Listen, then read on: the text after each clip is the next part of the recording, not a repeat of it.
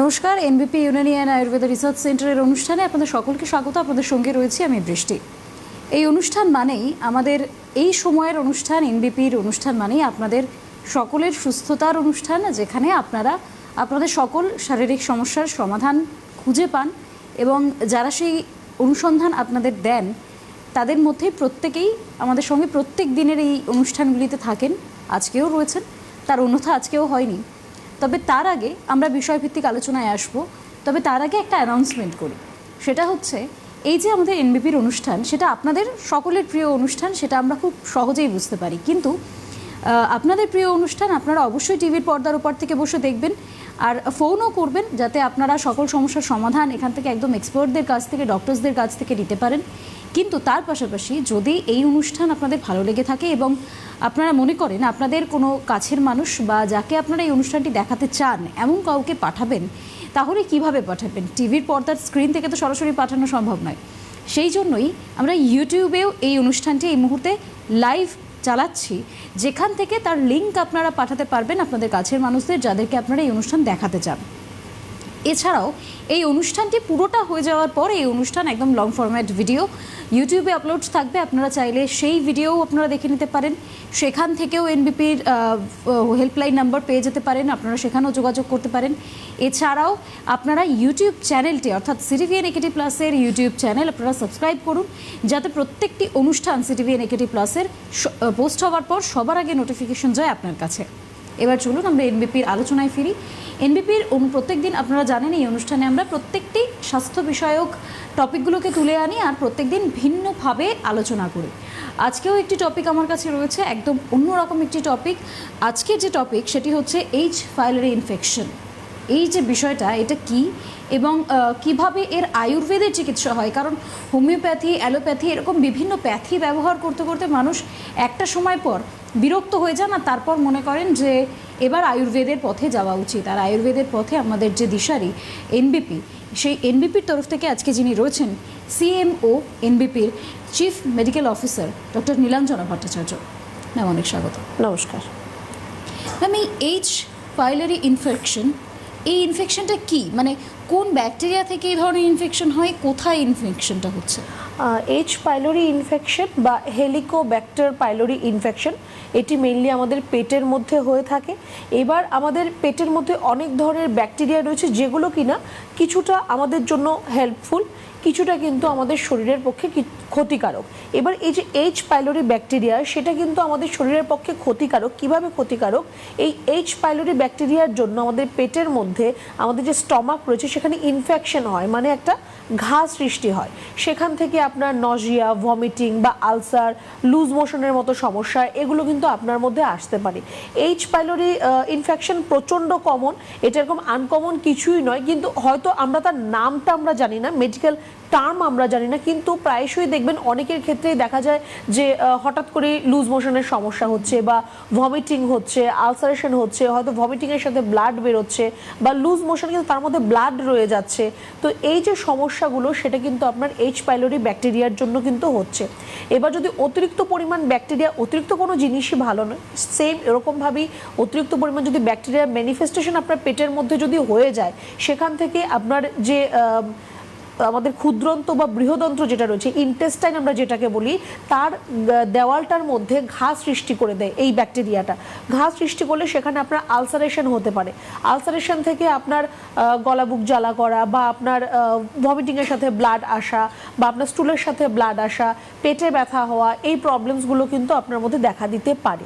এবার এই যে ইনফেকশনটা কি করে আপনার মধ্যে আসতে পারে, তো এই ইনফেকশনটা বেসিক্যালি আপনার শরীরের, আপনি যদি এইচ পাইলোরি ব্যাকটেরিয়া যদি আপনি আক্রান্ত হন, তো আপনার যে বডি ফ্লুইড যেগুলো রয়েছে, সাপোজ আপনার ধরুন লালা থেকে হতে পারে বা আপনার স্টুল, ইউরিন, এগুলোর সংস্পর্শে যদি কেউ আসে, সেখান থেকে কিন্তু তার মধ্যেও এই এইচ পাইলোরি ইনফেকশনটা কিন্তু ছড়াতে পারে।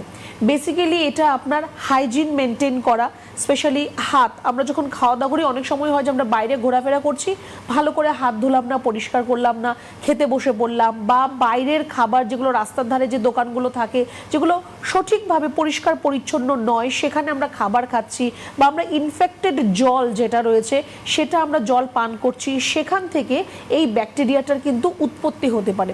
আস্তে আস্তে এখন গরমকাল চলে আসছে, গরমকালে আর বর্ষাকালে এই রোগগুলো বেশি পরিমাণ দেখা যায়, যেটাকে আমরা ওয়াটার বর্ন ডিজিজ বলে থাকি, মানে জল থেকে যে সংক্রামক রোগগুলো হয়।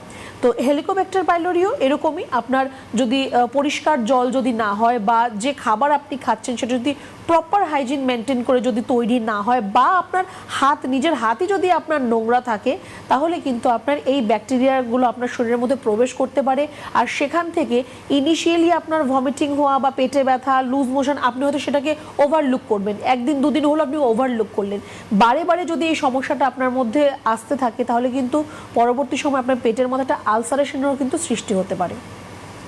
এই যে বিষয়টা, মানে এই যে পেটে ব্যথা হবে বা অন্যান্য যে সিমটমসগুলো আপনি বললেন সেগুলো তো একাংশে কমন সিমটম, মানে এই ধরনের সিমটমগুলো আমাদের যদি সাধারণ পেটে ব্যথা হয় বা সাধারণ স্টুলের সমস্যা হয় তখনও হয়ে থাকে, সেক্ষেত্রে কিভাবে বিষয়গুলোকে আলাদা করা হয় যে এটা এই ইনফেকশনের জন্যই হচ্ছে? দেখুন, এই পেটের যেরকম যে কোনো সমস্যা হোক, সত্যি তার বেসিক যেগুলো সিমটমস থাকে, পেটে ব্যথা হবে আপনার, বা ভমিটিং হবে, লুজ মোশন হবে। এবার আপনার ধরুন ফুড পয়জনিং হয়েছে, যে আপনি আগের দিন কোনো বাসি খাবার খেলেন, বা আপনি হাইজিন মেনটেন করানোর সেরকম কোনো জায়গা থেকে খাবার খেলেন, ফুড পয়জনিং হয়েছে, সেটা আপনার একদিন থাকবে, আর তার পাশাপাশি আপনার জ্বর থাকবে ফুড পয়জনিং হলে। এইবার যদি আপনার ফুড পয়জনিংয়ের প্রবলেম থাকে সেটা একদিন থাকবে, দ্বিতীয় দিন আপনার আস্তে আস্তে সেটা ঠিক হয়ে যাবে।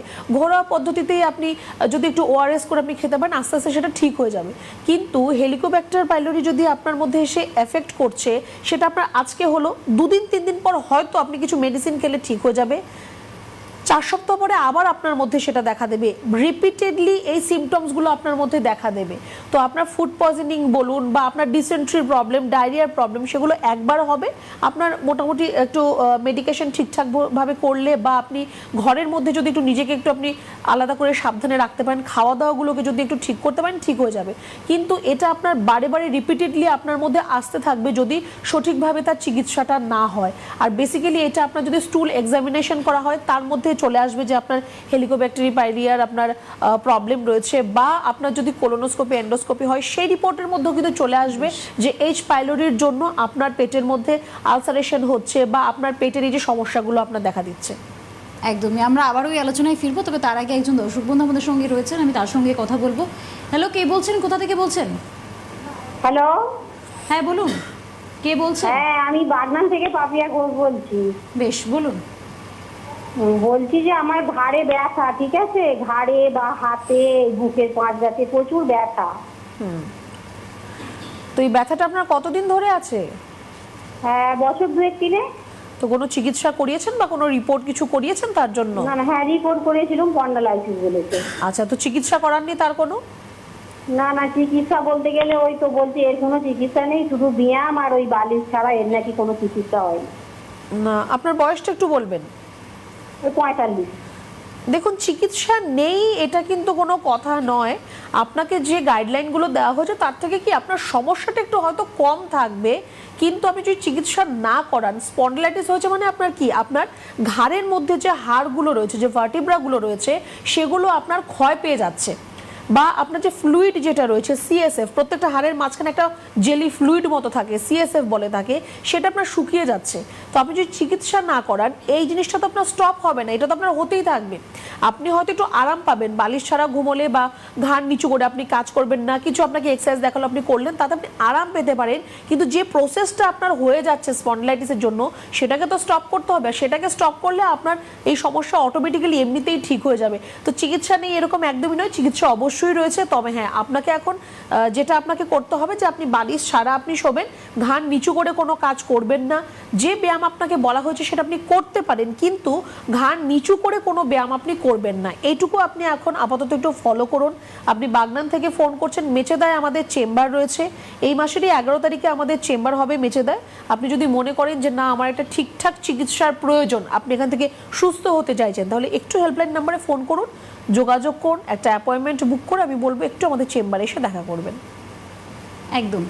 অনুষ্ঠান শুরুর আগে যেমনটা আমি বলছিলাম যে অনুষ্ঠানটা সমস্ত সমস্যার সমাধান, এই যে বিভিন্ন প্যাথির কাছ থেকে শুনে আসা হয়েছে যে চিকিৎসা নেই, সেটা বোধহয় শেষ কথা নয়, কারণ এনবিপি ইউনানি একটা সমস্যার সমাধান অবশ্যই বার করে দেবে। আর তার জন্য এই অনুষ্ঠানে প্রথমতই আপনাদেরকে ফোন করতে হবে, নিজেদের সমস্যাগুলো ব্যক্ত করতে হবে ডক্টরের কাছে, যাতে তারা আপনাদেরকে সমস্যার সমাধান দিতে পারেন। তার পাশাপাশি হেল্পলাইন নাম্বার রয়েছে, সেখানে ফোন করুন। আপনার বাড়ির পাশে ঠিক কোন জায়গায় চেম্বার হচ্ছে সেগুলো আপনারা সেখান থেকে জেনে নিতে পারবেন। এবং অবশ্যই অনুষ্ঠান দেখতে থাকুন, আমি একদম তারিখ ধরে, জায়গা ধরে, কোন ডক্টরস থাকবেন সেই সমস্ত কিছু আপনাদেরকে মেনশন করে দেবো আপনাদের সুবিধার্থে। কিন্তু তারপরেও আপনাদেরকে হেল্পলাইনে ফোন করতে হবে। আপনার বাড়ির ঠিক কাছে কোন জায়গায় চেম্বার রয়েছে আপনারা সেখানে চলে যান, এনবিপির কাছ থেকে নিজেদের সমস্যার সমাধান নিয়ে আসুন। আমরা যে আলোচনায় ছিলাম ম্যাম, এই যে বিষয়টা হয়ে গেল, তারপরে এবার তো একটা ট্রিটমেন্টের জন্য আমি আয়ুর্বেদের কাছে যাচ্ছি। আয়ুর্বেদিক উপায়ে ট্রিটমেন্ট কী রয়েছে?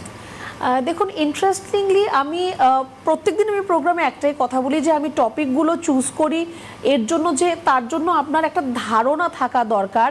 বা এরকম কেস আমি পাই, আমি আজকেই বোলপুর চেম্বার থেকে একটু আগে এসেছি আমি, তো আমি এরকম পেশেন্ট পেয়েছি। আমার প্রথম পেশেন্ট যিনি ছিলেন, ওনার পেটের সমস্যা এইচ পাইলোরি নয়, ওনার ডিসেন্ট্রির সমস্যা রয়েছে, ওনার প্রচণ্ড পেটের মধ্যে আম উৎপন্ন হচ্ছে, যার জন্য খুব কষ্ট পাচ্ছেন উনি বিগত 20-30 বছর ধরে।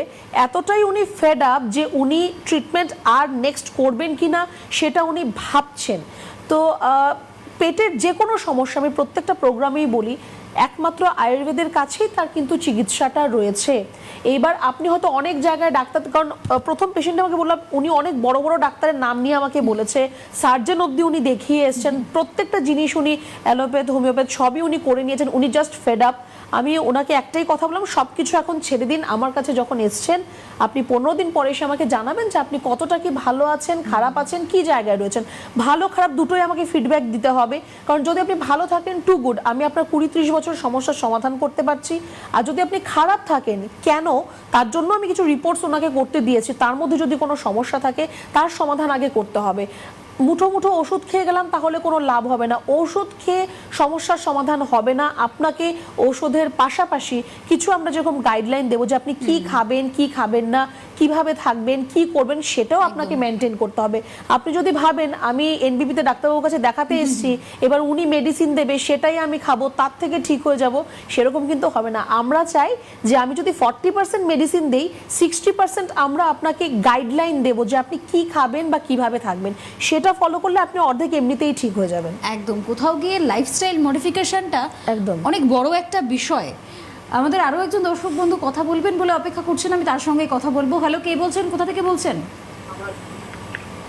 হ্যালো। হ্যাঁ বলুন, শোনা যাচ্ছে। হ্যালো। হ্যালো, শোনা যাচ্ছে আপনার কথা।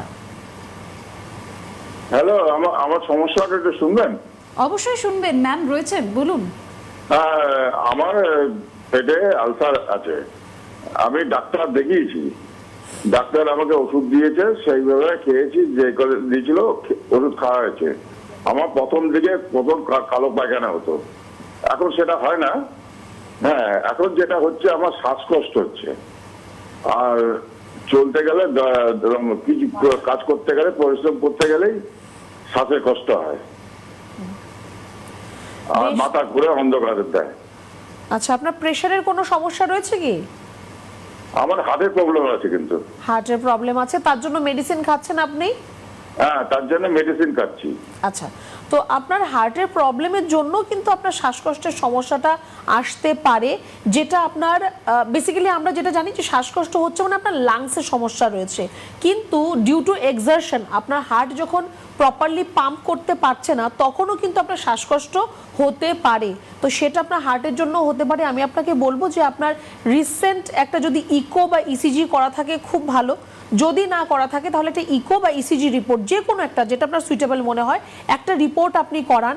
মেডিসিন যেরকম ভাবে খাচ্ছেন সেরকম ভাবে আপনি খাবেন, কিন্তু একটা রিপোর্ট আমি আপনাকে করাতে বলবো। আর আপনি খুব বেশি সিঁড়ি ওঠা নামা করা বা জোরে জোরে হাঁটা এই জিনিসগুলো করবেন না। প্রেশার দিয়ে আপনি কোনো কাজ করবেন না বা জোরে চিৎকার চেঁচামেচি করে আপনি কথা বলবেন না। এগুলো একটু আপনাকে কিন্তু মেনটেন করতে হবে। খুব সম্ভবত আপনার এই শ্বাসকষ্টের সমস্যাটা আপনার হার্টের থেকেই হচ্ছে। আপনার মেডিসিন চলছে, কিন্তু তারপরও হতে পারে যে আরও অন্যান্য কোনো সমস্যা দেখা দিচ্ছে। একটু রিপোর্টসগুলো করে নিতে পারলে খুব ভালো হবে। আর তারপর আপনি যদি মনে করেন যে আপনি আমাদের সাথে যোগাযোগ করতে চান বা একটু রিপোর্টসগুলো দেখাতে চান, একটু হেল্পলাইন নাম্বারে ফোন করবেন, যোগাযোগ করবেন, আপনাকে সব কিছু বলে দেওয়া হবে। একদমই, হেল্পলাইন নাম্বারে তার জন্য অবশ্যই ফোন করতে হবে, যাতে সমস্ত সমস্যার সমাধান আপনারা সেখান থেকে সরাসরি ডক্টরসদের কাছ থেকে, এক্সপার্টদের কাছ থেকে নিয়ে যেতে পারেন। ম্যাম, যেমনটা কথা হচ্ছিল যে লাইফস্টাইল মডিফিকেশন, এই ইনফেকশনের ক্ষেত্রে এমন কি লাইফস্টাইল মডিফিকেশন করলে আমি এটাকে প্রিভেন্ট করতে পারি, এটা ইনফেকশনটা হওয়ার আগেই আমি এটাকে আটকাতে পারি? মোস্ট ইম্পর্টেন্টলি যেটা আপনাকে করতে হবে, বাইরের খাওয়া দাওয়াটাকে একটু অ্যাভয়েড করতে হবে। এবার অনেকের ক্ষেত্রেই রয়েছে যে কর্মসূত্রে বাইরে থাকতে হয়, বাইরে খাওয়া দাওয়া করতে হয়, বাধ্য, কিছু করার নেই। সেখানে আমি আপনাকে বলবো যে আপনি একটু আপনার হেলদি ডায়েট চুজ করুন, বা যেখানে হাইজিন মেনটেন করে অ্যাটলিস্ট রান্না হচ্ছে সেই জায়গাটা আপনি চুজ করুন। কারণ অনেক খাবারের হোটেল এরকম রয়েছে ড্রেনের ধারে, ড্রেনের ওপরে, নোংরা জায়গায় বা ছোট একটা গলির মধ্যে, সেখানেই রান্না, সেখানেই খাওয়া দাওয়া। প্লিজ সেগুলোকে চুজ করবে না। এখন হয়তো আপনি কম পয়সায় সেই খাবারটা খেয়ে নিচ্ছেন, পরবর্তী সময় কিন্তু এর জন্য আপনাকে অনেকটা বেশি পয়সা খরচা করে আপনার চিকিৎসা করতে হবে। তো এখন পয়সাটা বেশি খরচা করুন, যাতে পরবর্তী সময় গিয়ে আপনাকে এই কষ্টটা না করতে হয়। জল খুব ইম্পর্টেন্ট। যে কোনো দোকান থেকে জগ তুলে একটু জল খেয়ে নিলাম, বোতল খোলা ছিল জল খেয়ে নিলাম, সেটা করবেন না। বাড়ি থেকে আপনার জলটা ক্যারি করুন, বা একটু আপনি সিল বোতল যেগুলো রয়েছে মিনারেল ওয়াটার, সেটা আপনি একটু কষ্ট করে কিনে নিন, সেই জলটা খান। যাদের অলরেডি পেটের সমস্যা রয়েছে তাদের জন্য আমি বলবো জলটা ফুটিয়ে খান। আপনি যে ঘরে জল খাচ্ছেন সেই জলটা আপনি ফুটিয়ে খান, কারণ এখন কোনো জিনিসই আর পিওর নেই, জল বলুন বা খাবার বলুন। তো নিজেকে একটু বাছাই করে নিজে নিতে হবে, নিজেই আপনাকে এই রাস্তাটা কিন্তু বার করতে হবে। একদমই। আরও একজন দর্শক বন্ধু রয়েছে, আমি তার সঙ্গে কথা বলবো। হ্যালো, কে বলছেন, কোথা থেকে বলছেন? হ্যালো, আমি তাইবান বলছি, কখন থেকে, কখন থানা, দক্ষিণ দিনাজপুর। বেশ, বলুন। বলছি আমার মেয়ে মাংস পেশিগুলো ব্যথা করে। আচ্ছা, সারা শরীরেই না পায়ে বা হাতে? না, শুধু পাটুকু, শুধু পায়ের মাংস পেশিগুলো। বেশ, ওর বয়সটা একটু বলবেন? ওর বয়স এই তো 13 বছর। 13 বছর। হ্যাঁ, 13 কোনো বছর। পরীক্ষা কিছু করিয়েছেন কি তার জন্য? না না, কিছু করায়নি। কিছু করার নেই। মাংসপেশিগুলোর মধ্যে টান ধরে ওর, তাই তো? হ্যাঁ হ্যাঁ, ব্যথা করে, মাঝে মাঝে ব্যথা করে মাংস পেশি। ব্যথা হয়, শুধু ব্যথা হয় না, তার সাথে টান ধরে বা কামড়ে ধরছে এরকম মনে হয়? কামড়ে, মাঝে মাঝে কামড়ে ধরে, বলছে মাঝে মাঝে, কিন্তু ম্যাক্সিমাম সময় ব্যথা করে। আর পাটা সরু হয়ে যাচ্ছে এরকম মনে হচ্ছে আপনার? না না, পা শুরু হচ্ছে না। আচ্ছা, দেখুন 13 বছরের যখন আপনার বাচ্চা মেয়ে, ওর তো বয়সটা খুবই কম। এবার মাসেলের মধ্যে পেইন হচ্ছে, সেটা হতে পারে যদি ওর শরীরের মধ্যে ভিটামিন ডি ডিফিসিয়েন্সি থাকে, তাহলে কাফ মাসেল আমাদের যেগুলো রয়েছে তার মধ্যে ব্যথা হতে পারে। তো একটু গায়ে রোদ লাগাতে হবে ওকে, সেটা সকাল 9টা থেকে 10টার মধ্যে যে রোদটা রয়েছে একটু গায়ে ও রোদ লাগাবে। আর একটুখানি যে জায়গায় ওর ব্যথা হচ্ছে একটু শুকনো গরম সেক দিন, একটা সুতির কাপড় ভাঁজ করে সেটাকে গরম করে সেটা দিয়ে একটু শুকনো গরম সেক দেবেন। এটা আপনি করুন, গায়ে রোদ লাগানো সেটা আপনি একটু করবেন। আর আপনি দক্ষিণ দিনাজপুর থেকে খুব সম্ভবত ফোন করেছেন, আমার মনে হয় গঙ্গারাম চেম্বার আপনার জন্য, গঙ্গারামপুরটা আপনার জন্য কাছাকাছি হতে পারে। একটু আপনি হেল্পলাইন নাম্বারে ফোন করুন, যোগাযোগ করুন। যদি মনে করেন যে না, এগুলোর পরেও ওর সমস্যার সমাধান হলো না, একটু আপনার ডক্টর দেখানোর প্রয়োজন রয়েছে, বয়সটা খুবই কম, তো একটুখানি আপনি যতটা সচেতন হয়ে এখন ফোনটা করলেন, সেরকমভাবেই সচেতন হয়ে আমি বলবো একটু আপনি কনসালটেশনটা করবেন। একটু হেল্পলাইন নাম্বারে ফোন করুন, একটু যোগাযোগ করুন। একদমই, অবশ্যই যোগাযোগ করতে হবে, কারণ 13 বছরের বাচ্চা, তার জন্য একটু কনসার্ন তো হতেই হবে, যাতে তার সমস্যার সমাধানটা খুব তাড়াতাড়ি পাওয়া যায়। আরও একজন দর্শক বন্ধু রয়েছেন আমাদের সঙ্গে, তার সঙ্গেও কথা বলবো। হ্যালো, কে বলছেন, কোথা থেকে বলছেন? হ্যালো, আমি চন্দননগর থেকে বলছি, সাধনা ঘোষ। বেশ, বলুন। চন্দননগর। বেশ, বলুন। আমার এই কোমরে না, এই এক জায়গায় গাড়ি করে যাচ্ছিলাম, গতান করে গচ্চায় পড়ে গেছিল দিয়ে চাকাটা, তাইতে কোমরের হাড়টা ফাঁক হয়ে যাচ্ছে। মানে ওষুধ খাচ্ছি, তারপর একটু বাথরুমে চেক করে দেখলাম পায়ের গোছটাও খুব পেন হচ্ছে, চলাচল করলেই খুব পেন হয় আমার। করতে পারছি না। ওষুধ টষুধ খেয়েছি ব্যবসা। এখন এর আগে আমাকে এক্সরে তুলেছিল, তাই তো বললো হাতটা কোমরে ফাঁক হয়ে গেছে। আবার এখন বলছেন যে ওষুধ খেয়ে যখন কমছে না তখন বললেন যে এমআরআই করতে। আমি আর এমআরআইটা করতে পারিনি, ওষুধ খেয়ে গেছি, আর কিছু করতে পারছি না। তাই জন্য জিজ্ঞেস করছি এটাতে কোনো চিকিৎসা আছে কি? আচ্ছা, আপনার পায়ের কোন জায়গাটায় ব্যথা হচ্ছে, গোড়ালিতে না হাঁটুতে? গোড়ালিতেও লাগছে, সেটা হচ্ছে আমি স্লিপ করেছিলাম, আচ্ছা। বাথরুমে একটু স্লিপ পড়ে যায়নি কিন্তু একটু স্লিপ হয়েছিল। আচ্ছা। সেই থেকে আমার পায়ের গোড়ালিটা মানে ওই গাঁট গুলো উপর দিকে যে পায়ের গাঁট গুলো আছে গোতে ওইখানে, আর এই কোমরের হাতটা ফাঁক হচ্ছে, সেই চলাচল করতে যাচ্ছি না তখন পেন হচ্ছে। এমনি বোধ থাকলে কিছু নেই, কিন্তু যেই চলছি হাঁটছি পেন হচ্ছে, আচ্ছা। কষ্ট হচ্ছে, এসে বসে পড়ছি। দেখুন, আপনার যেটা প্রথম সমস্যা যেটা বললেন যে আপনার কোমরের হাড় একটা চোট লাগার জন্য আপনার সেটা একটু গ্যাপিং হয়ে গেছে, এবার আপনাকে এমআরআই করতে বলা হয়েছে। দেখুন, এমআরআইটা তো কোনো চিকিৎসা নয়, সেটা একটা আপনার ইনভেস্টিগেশন। এবার আপনার এমআরআইটা করলে হ্যাঁ একটা জিনিস যেটা আপনার লাভ হতে পারে সেটা হচ্ছে যে আপনার হাড়ের পাশাপাশি নার্ভ অব্দি সমস্যাটা চলে গেছে কিনা সেটা ডিটেক্ট হয়ে যাবে আপনার। তো এমআরআই রিপোর্ট আপনি করতে পারেন, সেটা খারাপ কিছুই নয়, রিপোর্ট করলে খারাপ কিছুই হবে না। আর যেটা আপনার মেইন সমস্যা আপনি বললেন যে কোমরের হাড় আপনার গ্যাপিং হয়ে গেছে, গ্যাপিং হয়ে গেছে মানে সেটা বোঝার চেষ্টা করুন তার ওপরের নিচের হাড়গুলো কিন্তু আপনার ক্ষয় পেয়ে যাচ্ছে। ভার্টিব্রাগুলো এরকম ভাবে সাজানো থাকে, তো একটা যদি আপনার গ্যাপিং বাড়ে মানে কি এটা ক্ষয় পাচ্ছে, ছোট হয়ে যাচ্ছে, তার জন্য আপনার গ্যাপিংটা বাড়ছে। তো সেখানে আপনার আগে ওই গ্যাপিংটাকে কমাতে গেলে তার ক্ষয় পাওয়াটাকে আগে বন্ধ করতে হবে, আগে সেই জায়গাটাকে আপনাকে কাজ করতে হবে। আর যেটা বলেন যে পায়ে আপনার একটা ব্যথা হচ্ছে, যে আপনি স্লিপ করে গেছেন তার জন্য ব্যথা হচ্ছে, তো সেটাও কিন্তু আপনার পায়ের মধ্যে কোনো ফাইন লাইন ফ্র্যাকচারও আপনার থাকতে পারে, বা আপনার ইউরিক অ্যাসিড বাড়লেও আপনার সেই ব্যথাটা হতে পারে। তো রিপোর্ট করাটা খুবই দরকার, রিপোর্ট করতে অনীহা করলে হবে না। যদি সম্ভব হয় রিপোর্টটা আপনি করান। আর আপনি চন্দননগর থেকে ফোন করছেন, আমার মনে হয় বেলুড় চেম্বার আপনার জন্য কাছাকাছি হতে পারে। প্রত্যেক সোমবার এবং শুক্রবার আমাদের সেখানে চেম্বার হয়, একটু যোগাযোগ করুন। যদি মনে করেন যে না আমি একটু ঠিকঠাক চিকিৎসাটা করে একটু সুস্থ হতে চাই, একটু আপনি যোগাযোগ করবেন। আপাতত কোমর ঝুঁকে আপনি কোনো কাজ করবেন না, বা ভারী কোনো জিনিস আপনি তুলবেন না। যদি আপনাকে বাইক বা স্কুটার এসবে যদি আপনাকে ট্রাভেল করতে হয়, চেষ্টা করুন কোমরের বেল্ট থাকলে বেল্ট পরে তারপর আপনি বাইরে বেরোবেন। একদমই ম্যাম, বেশ কিছু সমস্যার সমাধান কিন্তু করে দিয়েছেন, তবে তারপরেও আমাদের এই অনুষ্ঠানের সময়সীমা তো একেবারেই সীমাবদ্ধ, মানে ওই 30 মিনিটের মধ্যেই আমাদেরকে রাখতে হয়, সেটাও সময়ের কারণেই। কিন্তু এই অনুষ্ঠানের মধ্যে আপনারা হয়তো সকলে ফোন করে উঠতে পারেন না, বা সকলে মন খুলে কথাও বলে উঠতে পারেন না। তার জন্য কি করণীয়? চেম্বারে যেতে হবে, ডক্টরসদের সঙ্গে কথা বলতে হবে, আর সেটা করার জন্য ঠিকানাটা জানা আবশ্যক। তাই আমি একদম প্রথমেই আমাদের এনবিপি ইউনিয়নের যে হেড এবং রেজিস্টার্ড অফিস আছে সেই জায়গাগুলো বলছি, কলকাতা এবং হাওড়ার চেম্বারগুলো বলছি, তারপর তারিখ ধরে আমি একদম তালিকা অনুযায়ী জায়গা এবং ডক্টরসদের নাম বলে দেবো। প্রথমেই হেড এবং রেজিস্টার্ড অফিস সেটা মধ্যমগ্রামে রয়েছে, আপনারা চাইলে সেখানেও যেতে পারেন। এর পাশাপাশি হাওড়ার শিবপুর, বাল্টিকুড়ি বাজার এবং বেলুড় মঠ, হাওড়ার 3টি জায়গায় চেম্বার রয়েছে, সেখানে আপনারা অবশ্যই যাবেন। তার পাশাপাশি কলকাতাতে হাতিবাগান, ল্যান্সডাউন, এই 2টি জায়গা রয়েছে যেখানে আপনারা যাবেন, একদম সমস্যার সমাধান আনতে পারবেন। এবার আমি চলে যাই একদম তারিখ ধরে জায়গার নাম এবং ডক্টরসদের নাম বলার জন্য। আজ মার্চ মাস শুরু হয়ে গিয়েছে, আগামীকাল অর্থাৎ 2রা মার্চ ঝাড়গ্রামে চেম্বার রয়েছে, ডক্টর এ হালদার সেখানে থাকবেন।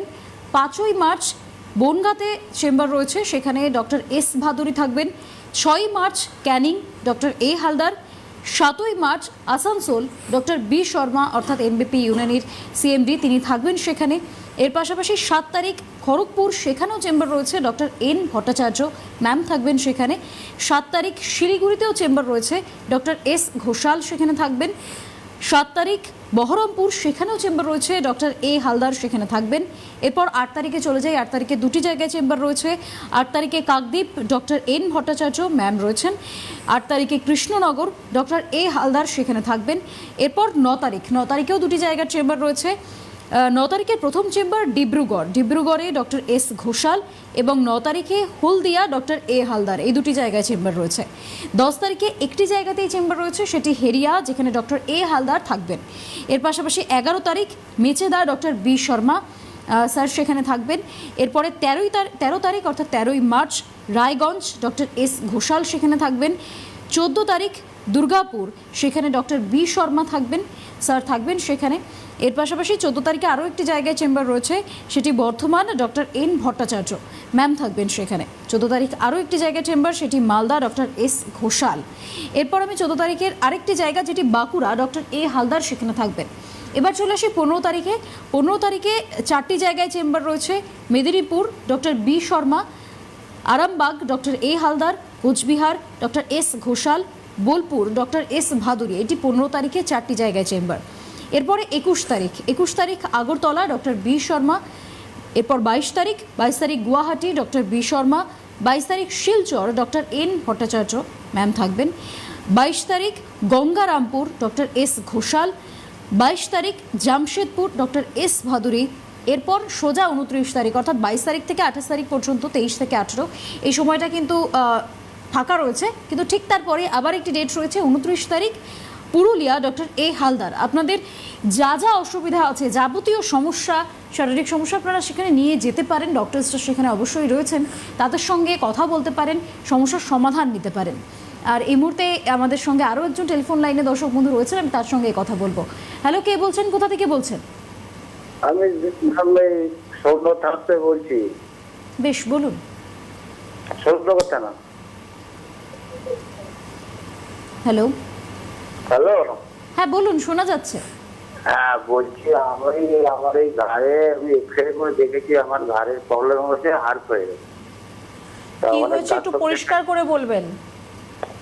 বলছি আমার ঘাড়ের এক্সরে করে দেখেছি, হাড় ক্ষয়ে গেছে, ঠিক আছে। আচ্ছা, অনেক ডাক্তার দেখেছি, এমসে দেখাচ্ছি, ব্যথা কমছে না, যন্ত্রণা হয়, তা কি করছে, কোথায় আসছে? আচ্ছা, কোথা থেকে ফোন করছেন আপনি বললেন? এই উত্তর চন্দ্রনা, উত্তর 24 পরগনা থেকে। আচ্ছা, আপনার ঘাড়ের এক্সরে হয়ে গেছে, সেখানে আপনার হাড় ক্ষয় পাচ্ছে, মানে আপনার সার্ভাইকাল স্পন্ডিলাইটিসের আপনার সমস্যা রয়েছে। তো ওই যে হাড় ক্ষয় পাওয়ার যে ব্যাপারটা, আগে তাকে স্টপ করতে হবে। দেখুন, যেটা আপনার ক্ষয় পেয়ে গেছে সেটা হয়তো আমরা আপনাকে ফিরিয়ে দিতে পারবো না, কারণ যে হাড় ক্ষয় পেয়ে গেছে সে তো আর আপনার শরীরের মধ্যে নেই, সেটা ফিরিয়ে দেওয়া কিন্তু সম্ভব নয়। কিন্তু এর থেকে বেশি যাতে আপনার ক্ষয় না পায় বা এই সমস্যাটা যাতে আরেকবার আপনার মধ্যে না আসে, সেই জায়গাটুকু কিন্তু আমরা আপনাকে করে দিতে পারি। তো তার জন্য আপনার উত্তর 24 পরগনা থেকে আপনি ফোন করছেন, আমাদের মধ্যমগ্রামে হেড অফিস চেম্বার রয়েছে, প্রত্যেক সোমবার আর শুক্রবার সেখানে আমাদের চেম্বার হয়। আপনি একটু হেল্পলাইন নাম্বারে ফোন করুন, একটু যোগাযোগ করুন, আমাদের এক্সপার্ট টিম রয়েছে, আপনাকে সব বলে দেবে যে কোথায় কখন এলে আপনি ডাক্তারবাবুকে দেখাতে পারবেন, সেটা একটু জেনে নিন। আপনাকেও বলবো, ঘাড় নিচু করে আপনি কোনো কাজ করবেন না, বালিশ ছাড়া ঘুমান বা একদম পাতলা বালিশে আপনি ঘুমাবেন। কোনো ভারী জিনিস আপনার মাথায় নেওয়া বা পিঠে কাঁধে নেওয়া সেগুলো আপনি করবেন না। একটু নিজেকে আপনাকে সাবধানে রাখতে হবে। তারপর আপনি যোগাযোগ করুন, তারপর আপনি কি করবেন, কি খাবেন, কিভাবে থাকবেন, সবটাই আমরা আপনাকে গাইড করব। একদমই, মানে এনবিপি ইউনানি এটা 100% গ্যারেন্টি দিতে পারে যে আপনাদের সকল সমস্যার সমাধান আয়ুর্বেদের কাছে আছে, এবং আয়ুর্বেদ সেই সমস্যার সমাধান আপনাদের পর্যন্ত পৌঁছে দিচ্ছে। এনবিপি সেই চেষ্টা চালিয়ে যাচ্ছে, আর সেই চেষ্টা তারা করেও যাবে, আর যাতে সমস্ত সমস্যার সমাধান হয়। আর সেই জন্যই এনবিপির এই অনুষ্ঠান, যাতে আপনারা যারাই ফোন করছেন তারা তাদের সমস্যার সমাধানগুলো নিতে পারেন। একদমই, দেখুন, আমরা অ্যাওয়ারনেস প্রোগ্রাম করছি, যার জন্য আমি প্রত্যেক দিন এক একটা নতুন টপিকে আলোচনা করতে পছন্দ করি। এটা এই নয় যে আমি আপনাকে এখানে বসে পড়াশোনা করাচ্ছি বা পড়াচ্ছি। আপনাকে একটা ধারণা থাকতে হবে যে আপনার যে সমস্যা হচ্ছে সেটা কেন হচ্ছে বা কি হচ্ছে, বা আপনার প্রতিবেশী বা আপনার আত্মীয় তাদের যদি সমস্যাগুলো হয়, কেন হচ্ছে, কি হচ্ছে, আপনি যদি একটু আপনার মধ্যে আইডিয়া থাকে, তারপর বাদবাকি আপনি নিজেকে ভালোভাবে আপনি প্রোটেক্ট করে রাখতে পারবেন। আমি প্রচুর পেশেন্ট পাই যারা কিনা এক গাদা রিপোর্ট করছে, কিন্তু রিপোর্টের মধ্যে কি আসছে সেটা ওনাদেরকে বলা হয় না। এত পয়সা খরচা করে ওনারা রিপোর্ট করছে, কিন্তু রিপোর্টে কি আছে সেটা ওনারা জানেনই না, কোনো আইডিয়া নেই, এমনিতেই মেডিসিন খাচ্ছে। সেরকম করলে হবে না। আপনি যখন জানবেন আপনার কি হয়েছে, আপনি নিজেকে নিয়ে আরো বেশি সচেতন হতে পারবেন, আরো তাড়াতাড়ি সুস্থ হতে পারবেন। একদমই, আর সেই সুস্থতার যে চেষ্টা সেটা আপনাকেই করতে হবে। তার কারণ নিজেকে সুস্থ রাখা, নিজের আশেপাশের মানুষকে সুস্থ রাখতে পারলে তাহলেই বোধহয় আমরা একটা সুস্থ সমাজ গড়তে পারবো। আর সেই সুস্থ সমাজ গড়ার লক্ষ্যে নিজেকে সচেতনতা আরও অনেক বেশি বৃদ্ধি করতে হবে। এই যে ম্যাম বললেন না যে রিপোর্ট সম্পর্কে জানতে হবে, সেগুলো জানার চেষ্টা করতে হবে। আর আয়ুর্বেদিক পথ যেটা রয়েছে সেদিকেও আপনাদের আসতে হবে, এনবিপির কাছে আসতে হবে। আজকের জন্য আমাদের এই অনুষ্ঠান এখানেই শেষ করতে হচ্ছে। আপনাদের সকলকে অনেক ধন্যবাদ। নমস্কার। হ্যাঁ, নমস্কার।